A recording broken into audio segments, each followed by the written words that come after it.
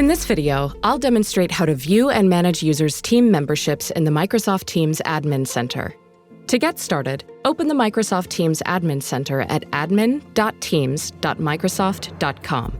Then select Users, followed by Manage Users. This grid shows a list of active users in your organization. Next, select the user you want to manage, in this case, Adele Vance.